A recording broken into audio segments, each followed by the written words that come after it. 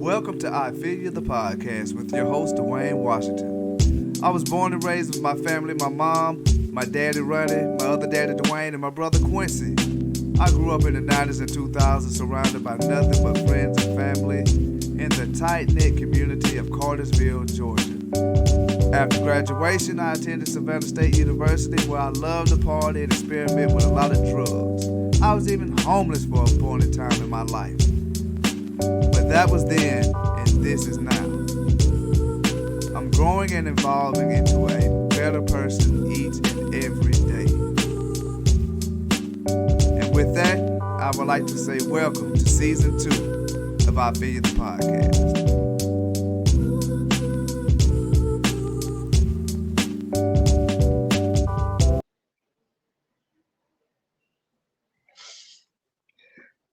Welcome to I Feel You, the podcast. This is your host, Dwayne Washington.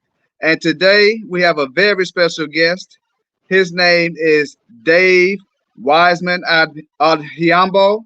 I actually met Dave traveling to Panama City with my cousin. I call her Cousin Dee Dee. So Cousin Dee Dee and I went to Panama City. And Cousin Dee Dee, she always comes up with these experiences when we're traveling or whatever.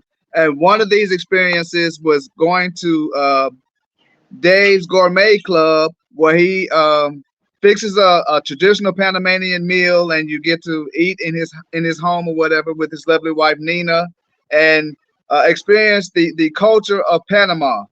And so I'm going to introduce Dave.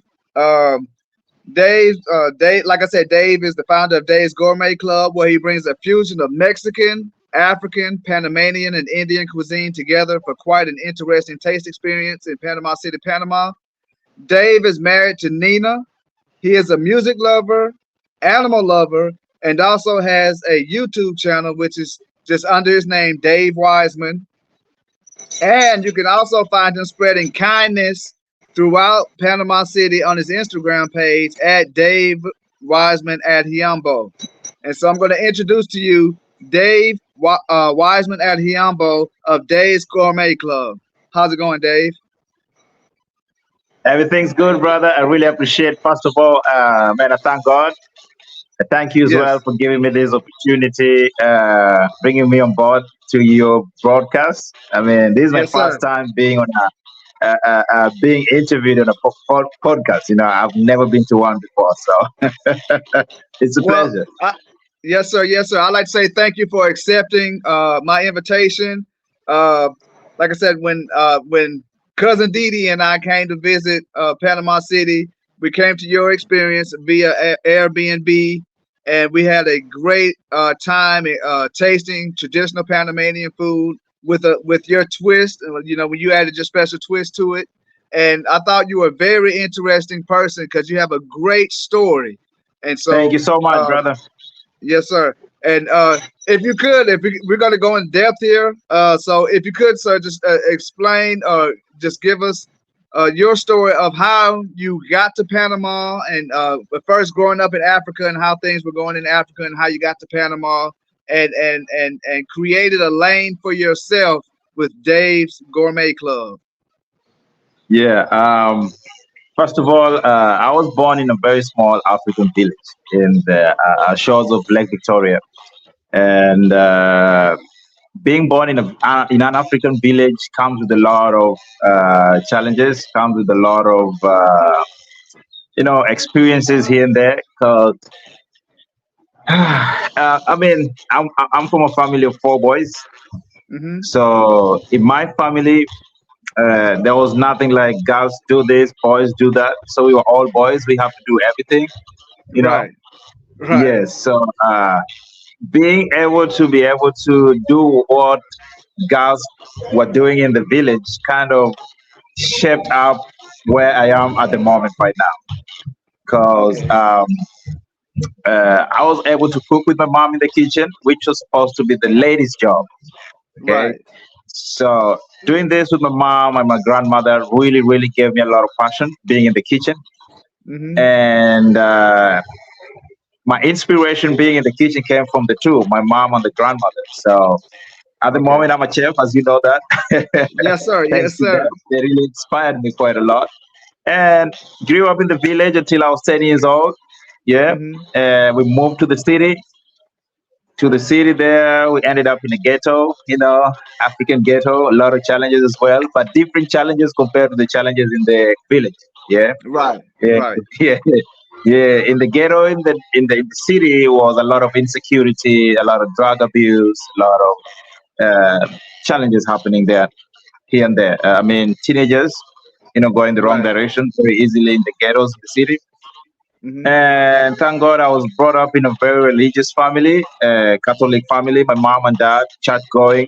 So they always made sure we're on the right path.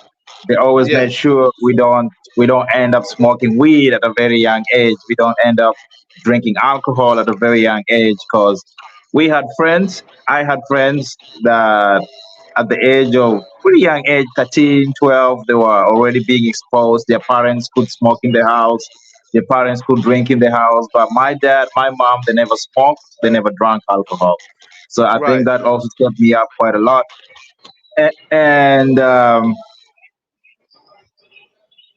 in my generation in Kenya at that time, only men were working. Right. I can say 90% of the men or the one 90% of the people working were mainly men. The women were mainly at home, taking care of Hmm. kids, cooking, and stuff like that. So my mom was unemployed, and my dad was a businessman, so he could go out there, work hard, bring food at the table, pay school fees, making sure the house rent is paid and stuff like that. So when I was 17 years old, my dad happened to pass away. Wow. Okay, I'm so sorry to hear that. this was a big blow to us, the entire family, because he was the breadwinner, he was the one providing and everything. And Right. may his soul rest in peace. He's a great man. He's a legend to me.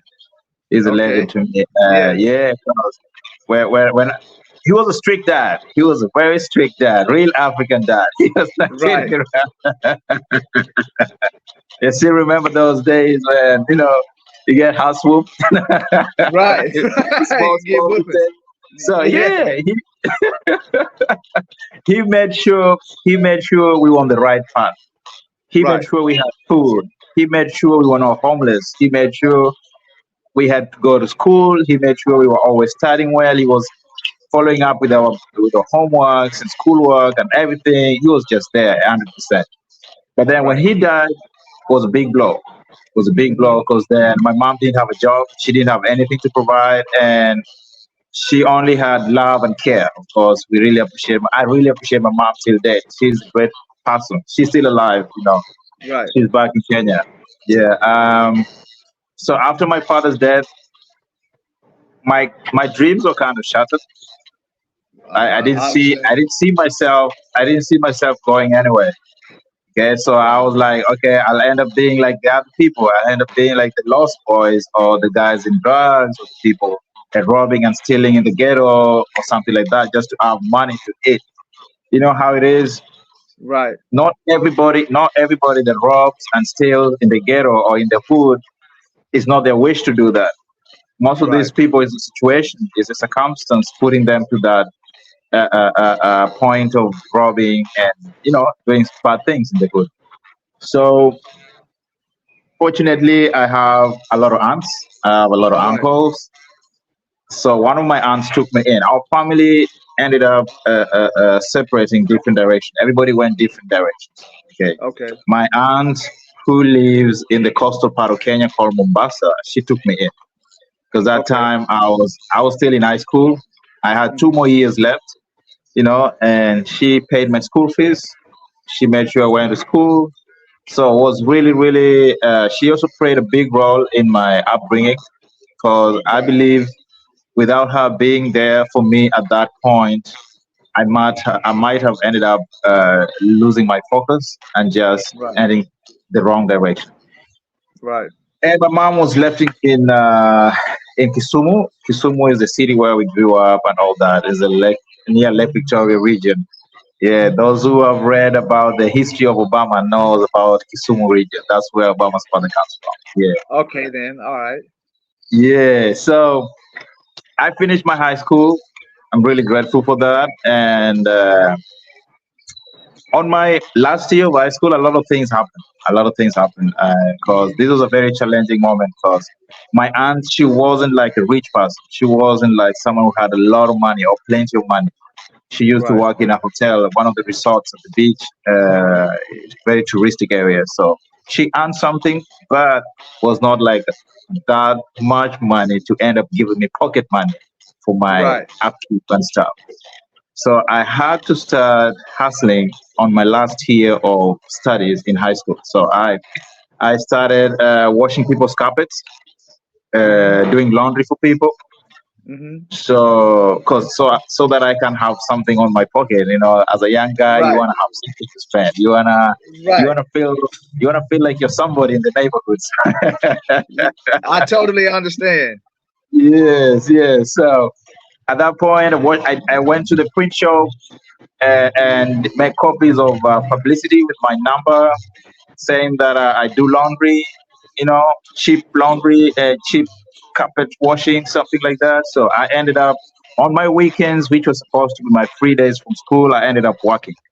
So Right. those were days that people call me, people tell me, "Hey, I got two baskets of laundry to wash. I got a big carpet to wash." I did that. I did that till I finished my high school. Okay. So yeah, could make some small savings here and there. Could buy what I want. Nice pair of shoes, nice pair, nice pair of trousers if I wanted. Right. And yeah, one, two, three things in the house too. If there's something missing in the kitchen or in the house, I could bring back home. Mm-hmm. Um, Finished my high school. Uh, One of my friends introduced me to a different type of business that I had to buy jewelry cheaply. There was a market where you can buy jewelry cheaply and then sell it in the Okay. neighborhood. Yeah, so basically the jewelries I focused on ladies' things because in my neighborhood only ladies could buy things a lot. They could buy clothes, they could buy a lot of jewelries and earrings and stuff. So I did that as well for a couple of months. And one of my cousins connected me with another person who had a bar. This guy had a bar in my neighborhood. So I ended up working in a bar. And the bar was I just was an eye-opening thing for me because I never experienced something like that in my life before. Because it was my first time going face to face Right. with with alcohol. Because my dad and my mom, they were always like, "Don't drink, don't smoke, don't do this, that, don't." Right. But, as a young man, I took in that job because I needed the money. I needed to have some earnings coming in. I finished my high school. I don't have anything to do. I'm just there hustling by myself. So I Right. worked in the bar and I got fired after 2 years. Wow. Yeah, got fired after 2 years. And at that time, my salary in the bar was only $70 a month. I Okay. earned Wow. $70.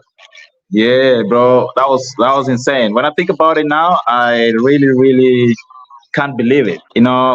Life Right. in Kenya with $70, you get a small, tiny room, yeah, private Mm-hmm. room, but then you're sharing the bathroom and the toilet. It's like living in a hostel, something like that. Right. So you pay. I used to pay monthly rent of $20, but it Okay. was in the ghetto. It was in the ghetto and in a dangerous neighborhood. So the funny thing is that I ended up not going to sleep there at night because it was so dangerous. I could not walk from the bar back home. So what I did, I slept in the bar, wake up in the morning, walk back home, shower, freshen up, and come back to work. That's how I lived there. Right. Yeah, and when my job ended, it was crazy because at that time I just met a lady, I met this guy, started relationship things, stuff like this. Right. Yeah, and when my job ended, this lady didn't want anything to do with me. Oh wow. Yeah, she was like, you know what, you can't even give me money for braiding my hair or making my nails. I mean, so things fell apart, and it was so weird at that moment in my life. Was a turning point because the only people that were there for me ended up to be my mom and my brothers. Right. Okay. Yeah. All the friends, when I called them, all the people who were hanging out and stuff, they were so busy. Right. If I needed any help of any type of help, no one was there but just my mom and my brothers. So I ended up going back to Kisumu, the lakeside city again, where my mom is. And this is very interesting. At this point, something really made me see things in a different way. Right. Being at the age of, I was only 19 years old at that time. Hmm. And I saw things differently because when I was working in the bar, I was too busy even to call my mother. I was too busy to set a time aside and visit my mama. Okay. So when I lost my job, I was like, oh no, my mom would not even accept me. I forgot about her. How would she even accept me back home and stuff like that? So when Right. I traveled back home, guess what? My mom was there with open arms. She was so happy to see me back. Right. Man, that moment I realized, you know what? I'm starting it fresh. I'm starting a new life, and this is it. I'm starting Right. with new friends, and I'm gonna stay respectful to my mom, and I'm gonna, be there for her, because she Right. showed me something that not none of my friends showed me. You understand? Right. I stayed there in the city. So with my mom, she at that time when I went back, she started a food business. Okay, so she was cooking at home, going to the streets and selling food to the streets. So that's how my mom survived. That's Okay. how she could be able to live all this time when we were not there. And every time she came back home, she found me a bit sad. She found me sad and thinking so much in my mind. I was not just there physically yet. And she told me, you know what? I'm gonna help you look for a job. And I Right. told her, it's fine, it's fine. Give me a job. I'll really appreciate that because anything, I'll just told my mom, anything I'll do. So Right. the following day at the market where she used to sell food at, that was very. My mom came home. She was super happy. She was so excited, and she came to me and said, "You know what, Dave? I got a job for you. I got a job." And I was like, "Yeah, I got a job for me." I was so Right. excited. Yeah, I was so happy too. And the job she told me, I'll be cleaning toilets, bro. I'll be cleaning public toilets in the market. I was like, okay, so that's the job. Yeah. Right. Well, well, But you know, I have a cleaning business, so yeah. I'm yeah, yeah. I know the feeling. I know the feeling. But bro, the public toilets at that time when I was young in Kenya were not a joke. It's a Right. mess. It's a pure Right. mess. It's a pure Right. mess. So this is how it is. The following morning we went there and I didn't want to disappoint my mom. Okay. I didn't want to because I promised to myself I'm gonna make my mama happy. Okay. Right. So the following morning we walk out together the house. And she took me straight to the owner of the public toilets. There were two public toilets, one for women and one for men. Right. Okay. So man, the first thing when I arrived there is that strong smell that hit my nose. I was like, damn, I got no option. I got no option but to do this. So, I didn't want to show my mom that I'm not happy with the job. Okay. So Right. I took it. I took the job because I already made a promise to myself, man, I'm not gonna let my mama down anymore. So I took the Right. job, man. I was working there, cleaning up, because people are supposed to pay as they use that toilet. You come in, you Okay. drop some coins. Man, some people will not pay me, man. Some people come in there, they give me this weird look. Some people look at me like, I'm just a piece of, nonsense sitting there. I'm nothing. Right.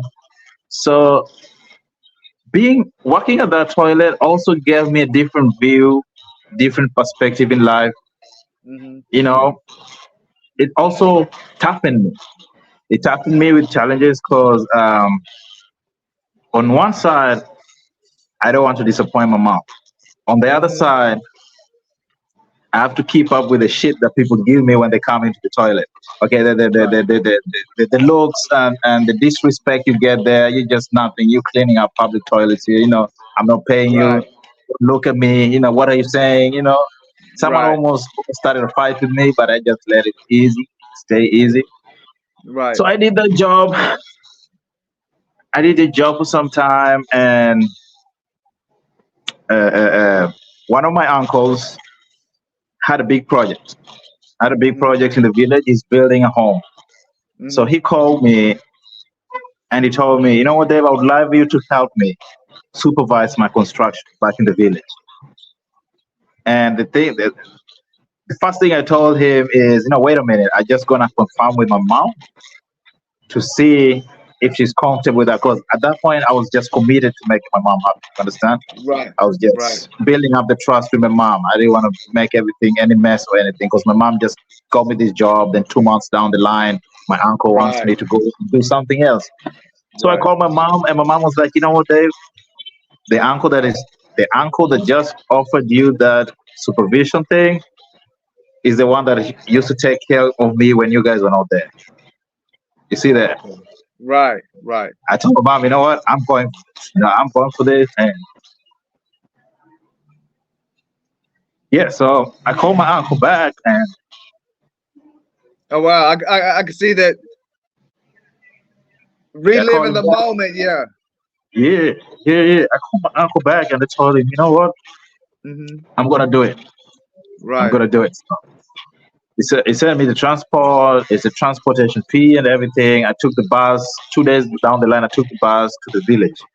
Mm-hmm. And you know what? The village, there's no electricity, right? In the Right. village, there's no running water in the towns. So now I'm back to the roots. Remember, I'm back to the roots where I was born again. You Mm-hmm. understand? Now, this is the place where I was born I mean, it was a lot of challenge. Seeing all your cousins you grew, all the Right. cousins you saw when you're young. Right. I never saw them for more than 10 years. They saw me again. They were so happy. People were so happy to see me. Right. And I was like, wow. That gave me everything that happened in my life at that moment. Everything was just, I feel like, was a lesson. It was a lesson for me, showing me that what, family is the most important thing you have in this world. You Right. know, no matter how many good friends you have out there, no matter how many what do you call working partners or colleagues or classmates Right. or boyfriends or girlfriends, no matter whatever things you have out there, family will still be the number Family. one thing that matters in this world. So these people are so nice to me and everything. So I stayed in the construction for some time. Then I don't know. I had this motivation, inspiration Right. in me. Like, I think it's time for me to get a proper job. Right.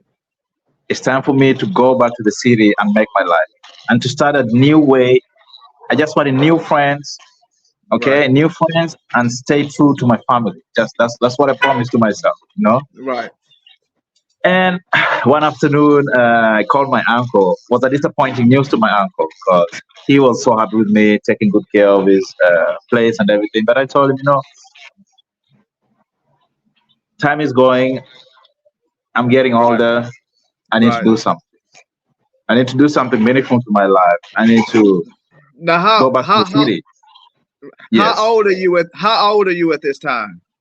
Okay. At that time, I was 21.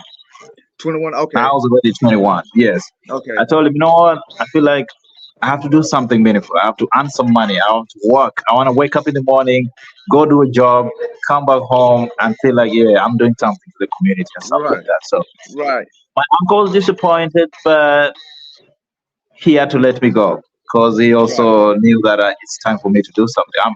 I'm a grown up. I can't keep on depending on people to feed me. It's time to Right. me for me to do something meaningful. So I called my brother. I had a brother that was also in Mombasa, where my auntie was. You remember, Hmm. my auntie took me to school and stuff like that. Right. So my brother, at that time, he was a bodybuilder. He's a big guy. He's Okay. masculine and stuff like that. So he's been working in clubs, different clubs in that city, security at the door and everything. So he had a lot of connection. He knew a lot of people. Hmm. So when I called him, I told him, I want to come back to the city and I want to find a job. I don't want to work in a bar anymore. I want to do a serious job. I want to do something uh, different from a bar. I didn't want to work with alcohol or anything. because Right. alcohol kind of messed me up. Because when I was working in the bar, was party, party, party, party, party. I forgot about family. You see that? Right. I forgot Yes, about sir. my mama. I forgot about my brothers and stuff like that. So my brother told me, you know what? You come. I'll help you find something. Mm-hmm. You know, I took a bus a week later because when I came from the village, I went back to my mother. I told my mom, you know what? I'm going back to the city. So I took one more week with my mom before I left to Mm-hmm. Mombasa. Mombasa is the coastal city. So my brother received me in. So I stayed with my bro. Mm-hmm. And was like 2 weeks more or less down the line. So I was always writing what do you call job application letters. Okay, Right. I did Uh-huh. so much job application letters and dropped it in so many places like hotels because there is very touristic. So there's so many hotels. In my Right. application letter, I was willing to do anything. I was Right. willing to clean toilets in the hotels. I was willing to because I've been cleaning toilets worse than the ones in the hotels. So I know the Right. ones in the hotels will be better. Right. I was willing Okay. to sweep. I was willing to sweep, collect garbage, things like that. I just thought I'm willing to do anything there. And 2 weeks down the line, my bro came back from work. He told me, "You know what, Dave? Tomorrow, take your CV. Yeah, Mm-hmm. there was this big chain of restaurants in Mombasa. It Mm-hmm. was called Cafe Arabica. Cafe Okay. Arabica was Lebanese food and stuff like that. Okay. And my brother told me there's a friend of mine. He's a human resource manager in that restaurant. Take your CV, your application letter to the office. So they had an office like 30 minutes away from where I stayed with my brother. So I went there. It was 11 a.m. in the morning. When I knocked the door, he told me walk in. So I really resemble my brother. I resemble my brother from the looks and everything. So when he told Right. me come in, the first thing he told me, Mike's brother. My brother is called Mike.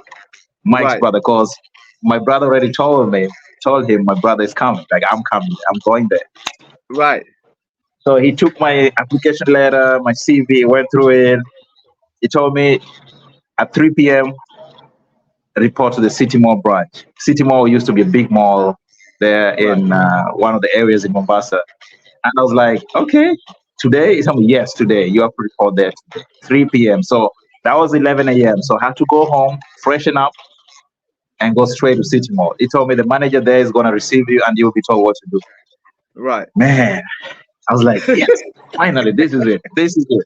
Because, my dream, I never wanted to go back to work in the bar. So for me, a Right. restaurant was so perfect for me.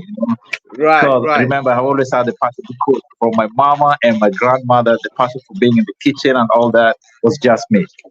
So when I arrived in the restaurant, first thing I was given was a big oversized T-shirt because they didn't have Mm-hmm. my size.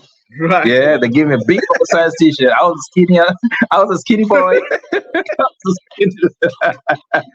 Remember all these challenges, all this time I was not eating. I was not eating enough. I was going through a process that was building me up, a process that was really making me whom I am today. Okay, all this time. Right. So I was not really focused on my body or anything. So I was this skinny little boy, and I was given this oversized T-shirt. So I look like a scarecrow. I look at myself on the mirror, I'm like, what the hell is going on here? All the other people. All the other people in the restaurant really look good. They're well Right. fed. People, the uniform fits them nicely, and then me here look like scarecrow. So my first job, I was told my job would be to open the door for people coming into the restaurant. So I was just standing at the door there, opening the door, and I was looking at the people working in the restaurant. They were so happy. You see, they were so contented with their life. They look good. Everybody looks so polished and everything. Mm-hmm. So I was really admiring these people. I was really admiring these people working there. And one evening, I remember one of the waitress working in that restaurant came up to me and she gave me $1 tip. Right. Okay, man, she was called Lavenda. I still remember her. She gave me $1 tip. Mm-hmm. That's the first tip I ever received in the restaurant. Right. And when she gave me this tip, she told me, "You know what? You've been here on the door since morning, and man, no one gives you anything. So just take this. At least this would be a bus fare back home because $1 is like 100 Kenya shillings. Right. That would serve me 4 days transportation to and fro from work. You Wow. get that? Okay. So it was a Right. big thing to me, you know? Right. So I opened the door for like 2 weeks. My work was just opening the door. Mm-hmm. Yeah. And then the manager called me on the side, told me, okay, so now you're gonna give you training. We're gonna give you training on becoming a waiter. Mm-hmm. Okay, but the first thing you have to take a month, more or less, because they wanted me to learn all the menu. Mm-hmm. They wanted me to learn how to hold the tray because I never used the tray before to serve people. Okay, Right. and they wanted me to learn how to arrange the cutleries on the table, which is a soup spoon, what's a steak knife, and all those kind of things. You know, so Right. Right. took me quite some time. So I liked it. I liked it. The training was so nice. The manager was nice. She was called Jamila. Man, if she ever happened to watch this, man, I really appreciate it. Our service was really great because I saw people who came for training, but they were dropped off. You know, Right. people came for training, but they were told, you know, you can't do this. You have to go. But she was so positive with me. So Mm-hmm. that one really, man, big up to her. You know, she kind of also did something to my being me who I am. And so I was a Right. waiter there for. I became a waiter there, man, and God works in mysterious ways, bro. Mm-hmm. I put in my A game there. I said, this is it. I'm going to show these people that I'm here to work. I'm not here to joke around. I'm not here to kid around. I worked there for Right. 2 years as a waiter, bro. 2 years. Right. And me working there for 2 years, man, I just don't know, man. Things just work so well. I mean, I was giving people excellent service. You know, I said I have to give excellent service. I saw people Right. coming and going. People were hired and fired. Some people even never stayed for 2 weeks as a waiter. They were fired off. Man, I Right. gave in my I was working extra time. You know, in that restaurant, the only thing they should have made better, if you work extra, they should have paid you extra. But anyway, I can't Right. Right. complain. Right. I Right. can't complain. I can't complain. They still played a big role in my journey to being whom I am today. Right. And so I could work 3 hours extra. So that means I could work 12 hours a day or 10 hours a day. I'm supposed to work eight, you know. Right. Man, the managers ended up liking me. The owner of the restaurant himself was one of the sons of the tycoons of the city. Man, they Okay. ended up liking me. So one time they even had this, they're Muslims. They had this Mm-hmm. Ramadan celebration. I was Mm-hmm. among the waiters chosen. There were only 5 waiters. I was among waiters chosen out of 3 branches in the city. I was among them to go on to his mansion and serve his friends and guests from abroad and Dubai and Qatar. Man, I served a lot of people in that house. I was like, there were 200 people. We were 5 waiters. I was like, dang, Right. things are changing in my life. I was like, now this is it. I'm gonna work even harder and harder and harder. The only Right. thing Right. that boss never did, the only thing boss never did, he promised me a hike in the salary, but he never did. Oh, But okay. anyway, can't go. But I guess Yeah, at least yeah, being in that atmosphere, you got to exactly, see a different exactly. type of people, and Yes, it yes, motivates you and inspires you to yes, do like to achieve, yes, want to achieve more. yes. And guess what? 2 years down the line, 2 years down the line, uh, I just didn't like being a waiter anymore. Okay. Okay, I had good tip. The tip was as much as my salary. Yeah, Mm-hmm. but I was kind of picturing myself. Okay, I'm 50 years old. I'm 60 years old. Do I still want to Mm-hmm. be a waiter? Right. Because I wanted something different. Okay, Right. I wanted to come differently. I want to have a profession that I can do even if I'm 40 years old comfortably. 50 Right. years old, I can still do it. Right. So I spoke to the manager. I was really friendly to everybody. I'm this super social guy. So when I get my tip from being a waiter at night, the Right. chef that was working in the shift, he gets some of my tip, okay? And I tell him, you know what, just prepare me anything you have. Man, he gives me good food. Give me you Right. eat this, bro. You have this. Right. So I had a good connection with the kitchen. I had a good connection with the managers. Okay, Mm-hmm. they really liked me. I remember one time we went to a staff meeting, and the boss said, "Okay, Dave, you're going to a different branch. You're moving away from city." The manager Mm-hmm. stood up and said, "Okay, if Dave moves, I'm moving with him." Oh wow. That's how much connected I was with the managers and the people in the kitchen. Yeah. Mm-hmm. Okay, so I told my manager, you know what? I would like to be in the kitchen. I would like to be a chef one day. And he told me, you know what? You don't have any papers. You didn't go to any culinary school. How would you make it there? One of the chefs in the kitchen, Mm-hmm. he said out loud because he had our conversation. He said, "I bet bring that guy to volunteer here so I can teach him." Wow. You see that? Wow. Yeah, because I was so friendly to these people. So this is how it is. I started doing double shifts now. Okay, not 10 hours, not 12 hours an hour. So now I was working 16 hours a day. Okay, Right. in the same restaurant. So I do my waiting shift, and then I Mm-hmm. go to the kitchen after my waiting shift to do assist volunteering. I was volunteering. Okay, so that was not being paid. That was also, but I took it. Right. I took it in. I took it in because this is what I wanted to be. You understand? Because Right. I've always admired these people cooking, and my passion is to be in the kitchen. I don't want to carry a tray for 15 or 40 years, 20 years Right. serving people. I want to do something more. You know. Right. Right. So I volunteered there for 6 months, bro. Okay. And 6 months Then volunteering, no pay, but yes, just learning the no pay. craft. Yes. Okay. Okay, bro. I became an assistant chef afterwards. Wow. Okay. All Okay, right. so that's when, well, I said, this is it. I'm quitting my waiting job. I'm willing to Right. be in the kitchen 100%. And Right. they took me in. They didn't even say no Okay. because they know this guy has been in the kitchen for 6 months preparing the same food we have on the menus. He definitely knows what he's doing. Understand? Mm-hmm. So I could be there doing breakfast. I could be there doing lunch, dinners. I was there. Right. So I'm so grateful. One time during my shift, we didn't have any clients in the restaurant. So Right. we were outside. We were outside our restaurant, trying to bring people in, calling Right. people in and stuff. Then I saw this beautiful lady walking outside. Right. I saw this beautiful lady passing outside the restaurant, and I Right. told I told the other employees, wait, I'm the one going to talk to her. You know what I'm saying? Right.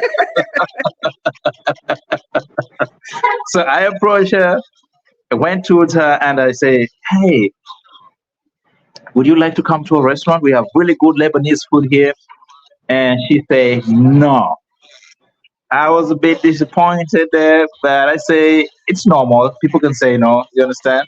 So I Right. went back to my friends outside the door. There, we continued standing there, and 10 minutes down the line, she came back. Okay. The same lady came back. Okay, now she walks into the restaurant. I told them, you know what? I'm the one gonna solve her. You guys just no, let. Now I'm a wait again, bro. Now I'm a wait again. Right. Right. So it happened, man. This is Nina, my wife. I'm talking about right now. Okay. A beautiful Right. wife, Nina. You met her, right? You met her when you were Yes, here. sir. Yes, sir. I Yeah, have met the beautiful Nina. Yes. yeah. So Nina at that time, she came to Kenya because a friend of hers, Nina, she's from Norway, Oslo. A Mm-hmm. friend of hers who is Kenyan recommended her to come to Kenya, to go to Kenya. And Okay. because she cannot live in a cold climate, she cannot be in a cold climate because she gets sick. Okay, so she had to Right. travel during winter to warm countries. Warm countries. Right. So lucky enough, she happened to land to Kenya, and she happened to be next. She actually happened to come to our restaurant, so that was pretty Right. good. I gave her really good service, even though she only ordered for drinking water.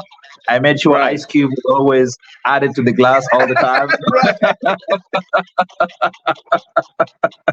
Yeah, so I gave a really good service. That day she had a son playing in a kid zone next to our restaurant. Yeah, Mm-hmm. so she sat there waiting for the son to finish the game and stuff like that. Uh, the same dress I met her with, she still has that dress till today. And I'm Oh like, wow.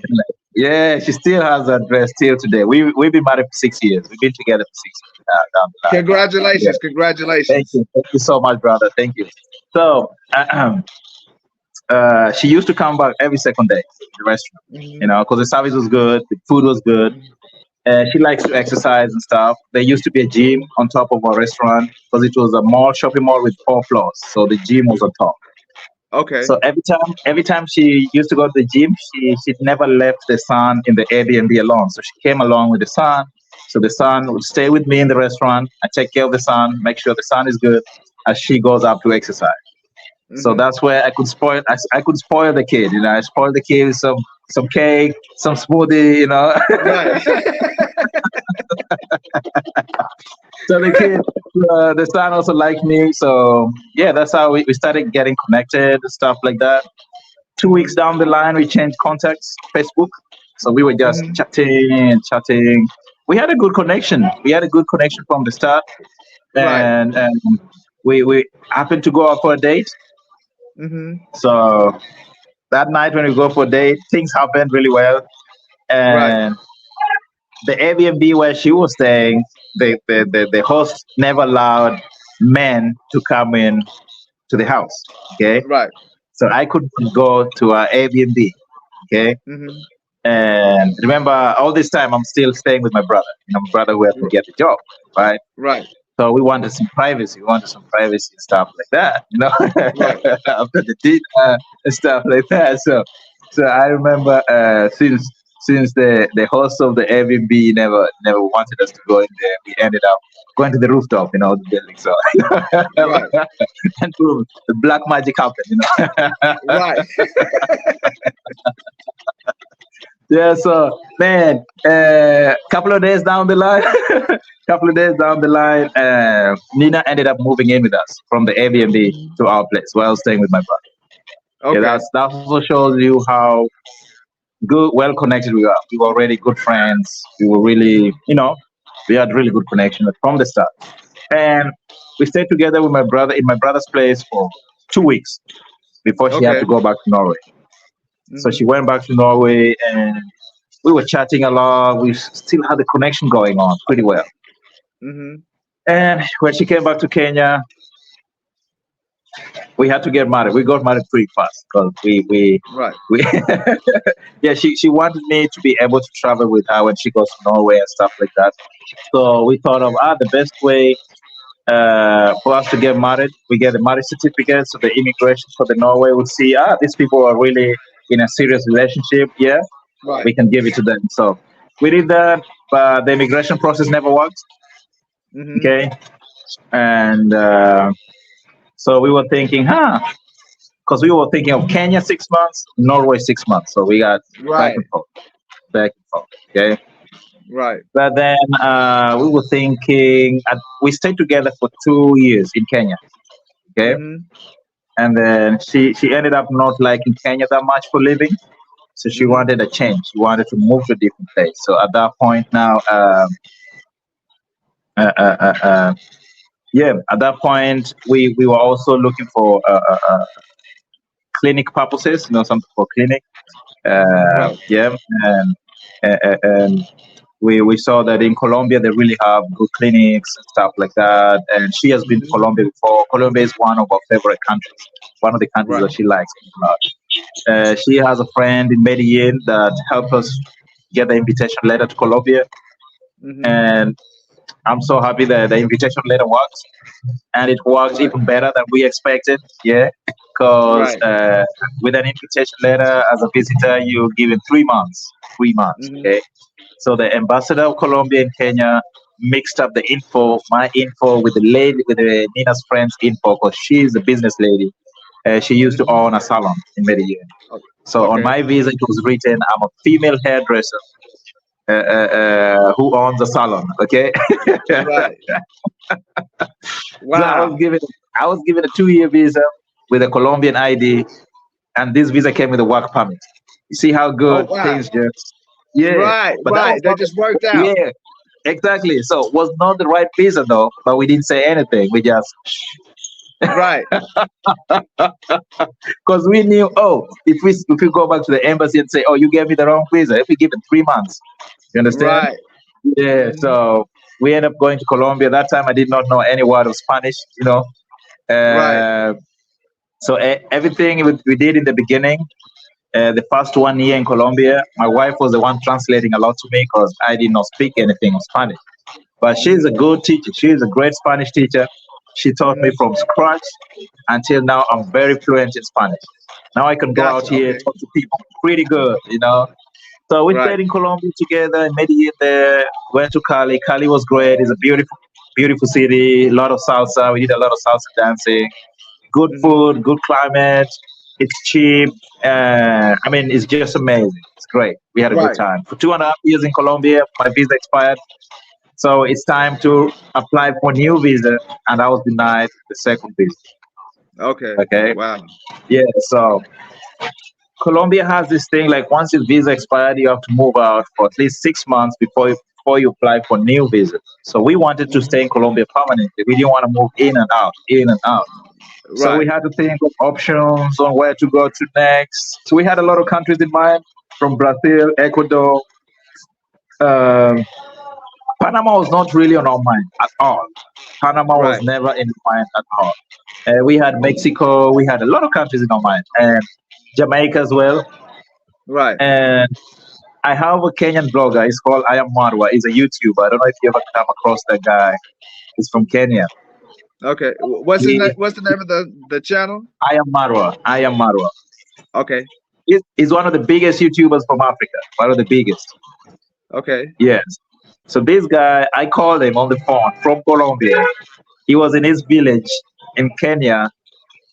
In the middle of the night, he picked up. You could see he was so sleepy, but he picked up his phone. I mean, things just Right. worked out. I'm so grateful, man. I'm so grateful. He picked up his phone and I told him, you know what? I'm in Colombia. My visa expired. And Hmm. I'm from Kenya, just like you, bro. So if you have any advice, which country can we go? Because we love Latin America. I just learned Right. Spanish. Right. We are into the culture. We already absorbed the culture to us. And because Brazil, I need a visa. Ecuador, I need a visa. All those countries, I need a visa. He told me you have two options. Okay, Right. because he has traveled to a lot of countries. He knows these countries pretty well. He actually, this YouTuber, he has a very interesting history. He lived in Colombia for 2 years. He went there as an English teacher. He Hmm. lost his job. He was homeless in Colombia. Yeah. Hmm. Okay. So just hold on. I connect the charger. Let me connect the charger because hold on. Connect the Okay. charger.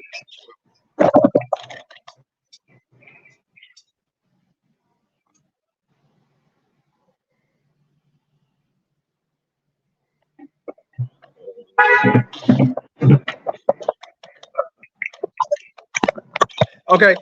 So, Yeah. So this guy was all right, homeless in Colombia. He went to hold yeah. on.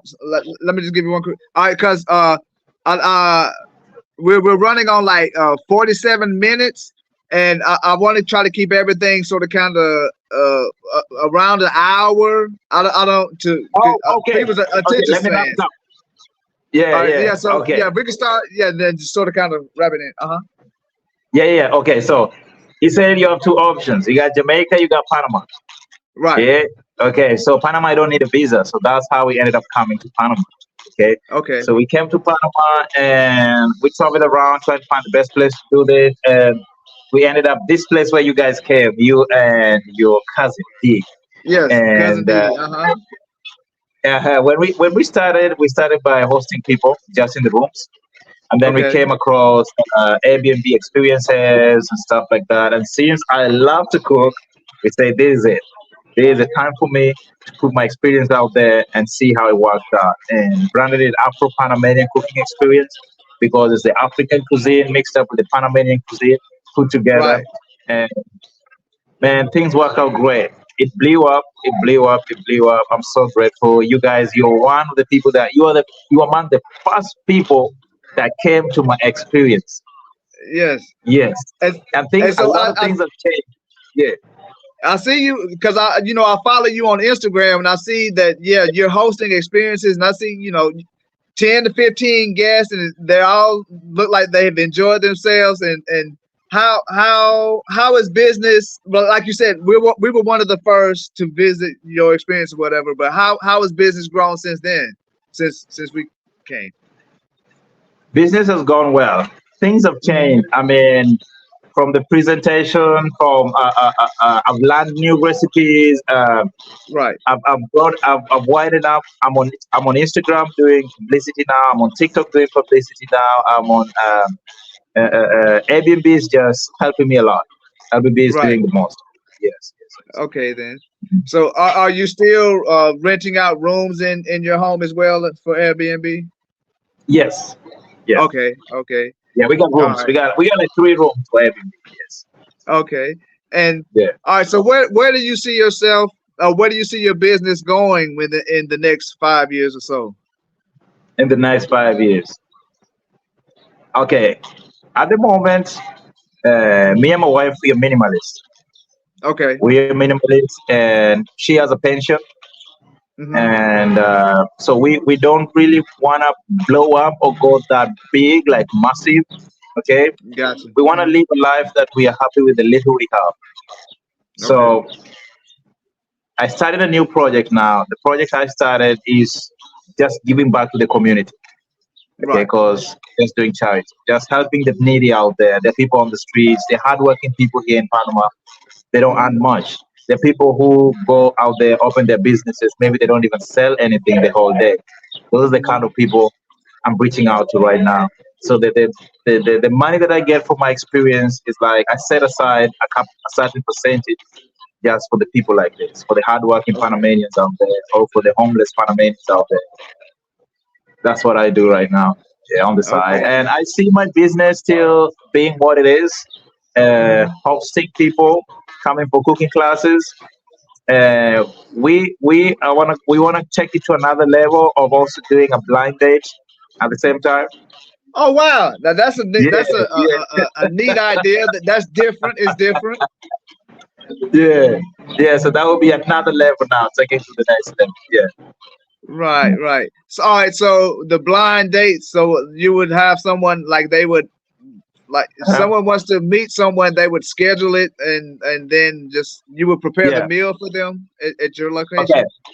So basically, the blind date we want to do it in a different location. We're not gonna do it at the same spot. Gotcha.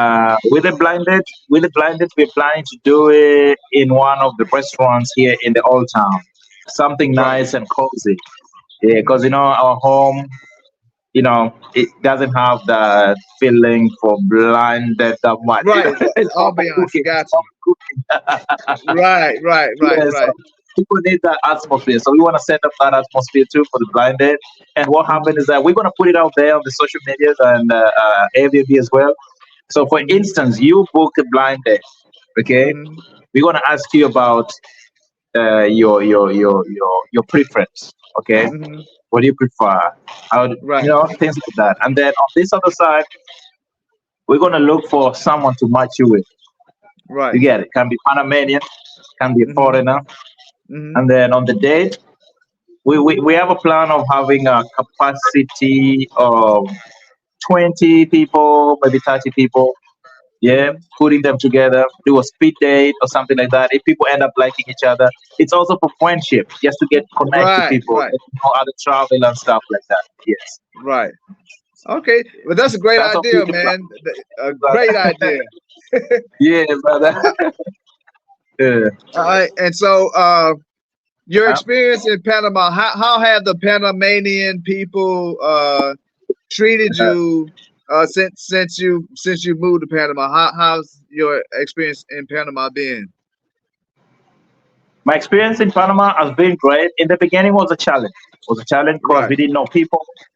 Hmm. Uh, Panamanians are social people. They're nice people. But in the Hmm. beginning, if they don't know you, they won't open up that much. Okay, Right. so Okay. they don't open that much in the beginning, but when you get to know them, they're super nice. They're always there.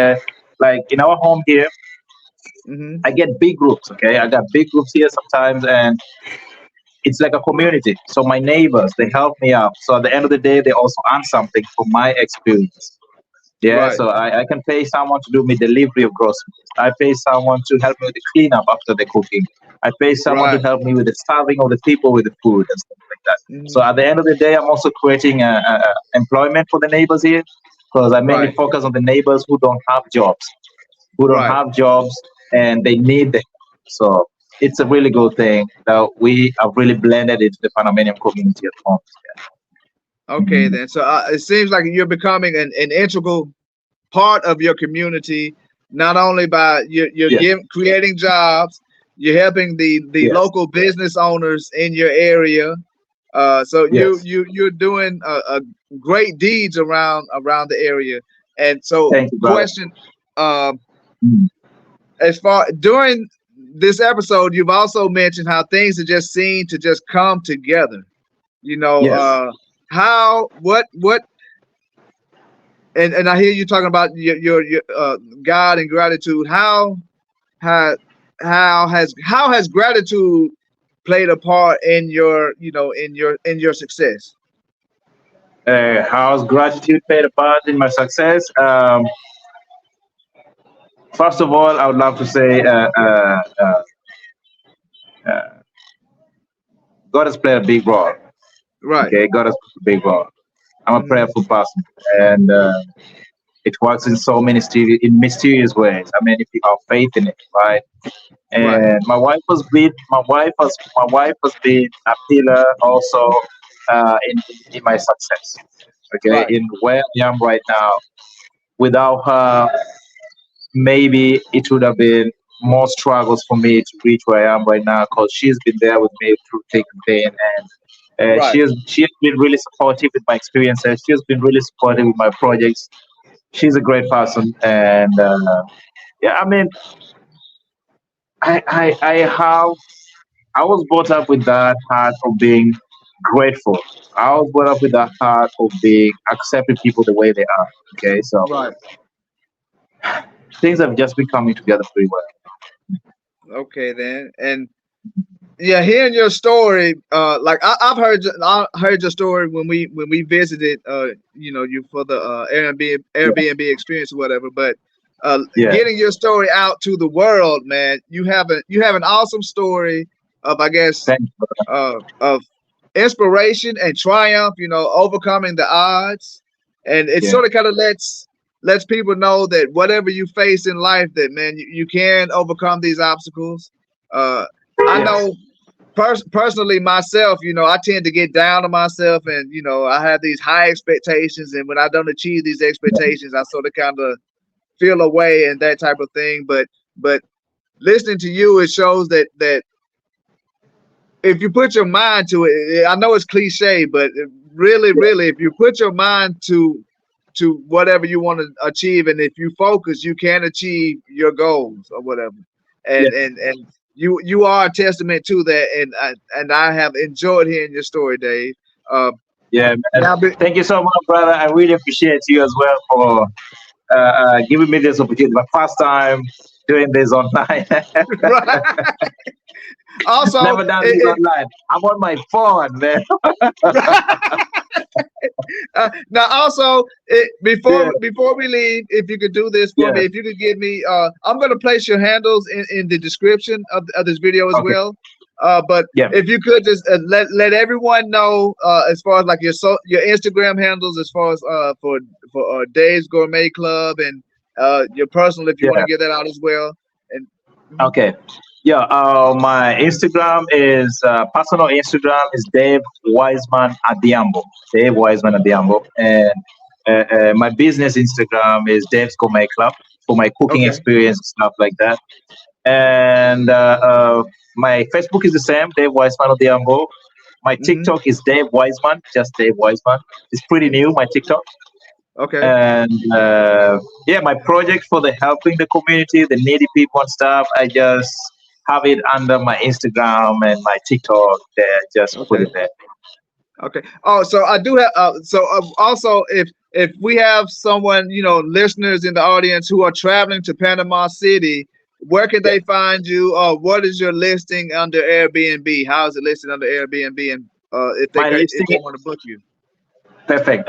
So if you're looking for an Afro-Panamanian cooking experience, you can get me through that name, Afro-Panamanian Cooking Experience on Okay. Panama City. Yeah. Uh-huh. And you can get me through WhatsApp as well, plus 507-6712-6861. That's my WhatsApp. So through WhatsApp too, we can Okay. communicate directly, and I guess it's cheaper if you book the experience directly with me. Because if you do it through Airbnb, you end up paying some commissions and extra Right, service right, fees right, and right. stuff like that. Yeah, Okay. exactly. All right. Well, once again, Dave, I want to say thank you for accepting my Yeah. invitation. Thank you, man. When cousin Didi and I visited, you and your wife or whatever, we had a tremendous experience. We enjoyed the food. Also, I guess in the video, or once I edit the video or whatever, I'm gonna try to Thank include you, some bro. photos Yes, yes, of the cooking experience. And yes. once again, thank you. And You're welcome, brother. and to everyone out there, this is I Feel You the podcast. This is Dwayne with Dave Wiseman Odhiambo, and we're signing Thank you, off. bro. Uh-huh. Cheers, bro. Yes, sir. Welcome to I Feel You the podcast with your host Dwayne Washington. I was born and raised with my family, my mom, my daddy Ronnie, my other daddy Dwayne, and my brother Quincy. I grew up in the 90s and 2000s surrounded by nothing but friends and family in the tight-knit community of Cartersville, Georgia. After graduation, I attended Savannah State University where I loved to party and experiment with a lot of drugs. I was even homeless for a point in time in my life.